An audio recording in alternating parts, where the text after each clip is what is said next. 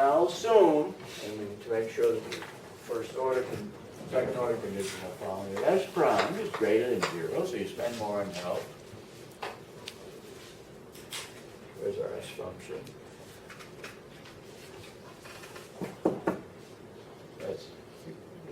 That's S prime is DSDH.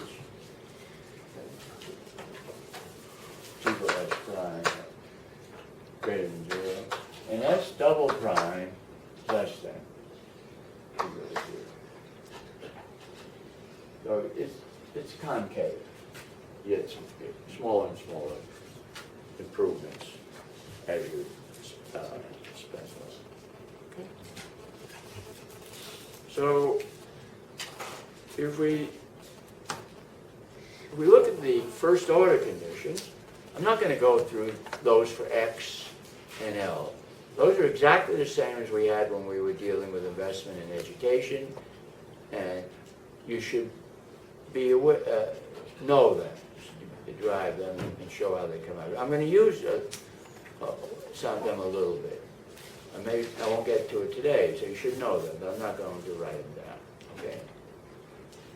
So, but I'm not. So you're going to differentiate. So there's constraint optimization problems like range in V, budget constraint, with respect to X and L. I said I'm not going to write those down. And with respect to H, those are the only three choice variables you have. Okay.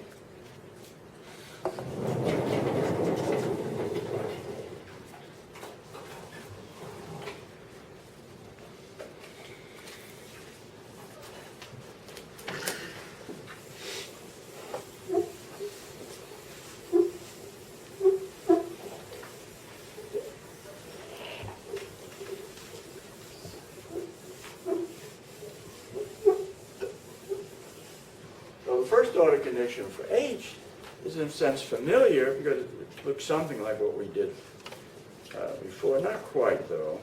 So we're differentiating the utility function. So we would have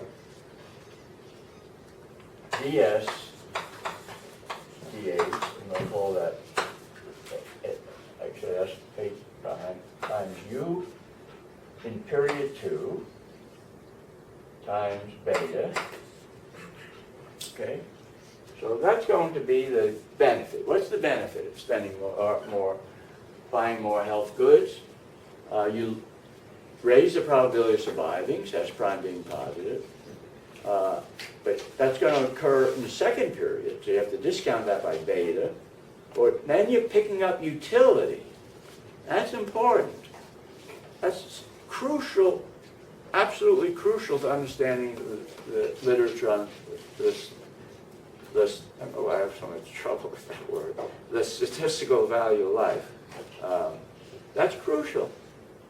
That's utility levels you're picking up, not marginal utilities.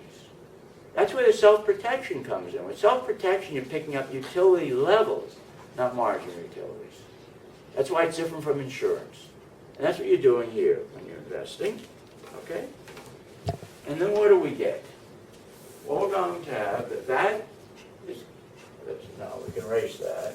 That's going to be equal to lambda, Lagrangian, which is the marginal utility of consumption in the first period, times G prime of H. That's your cost, your basic cost. You spend, buy more health goods, it's costly.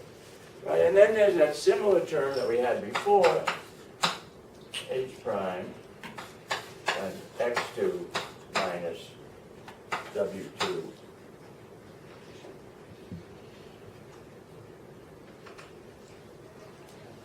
and 1 minus L2. The whole thing over 1 plus L. Okay?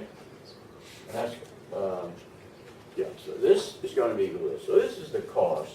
As I said, this,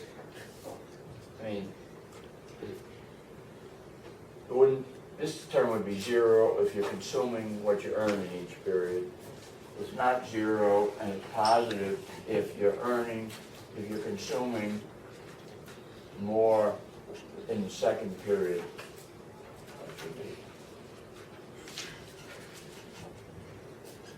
if you're, let's make sure we got it right.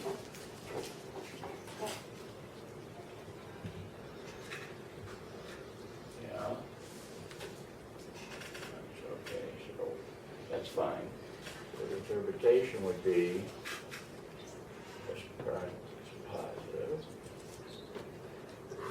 Yeah, okay. So if you're going to consume more in the second period than your income is, by improving your probability of surviving that period, you pick up an additional benefit.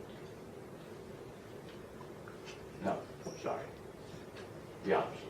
If you're consuming more in that period than your income in that period, and you're increasing your probability of surviving, you have to consume less in the first period, right, for your budget balance, and that's a cost.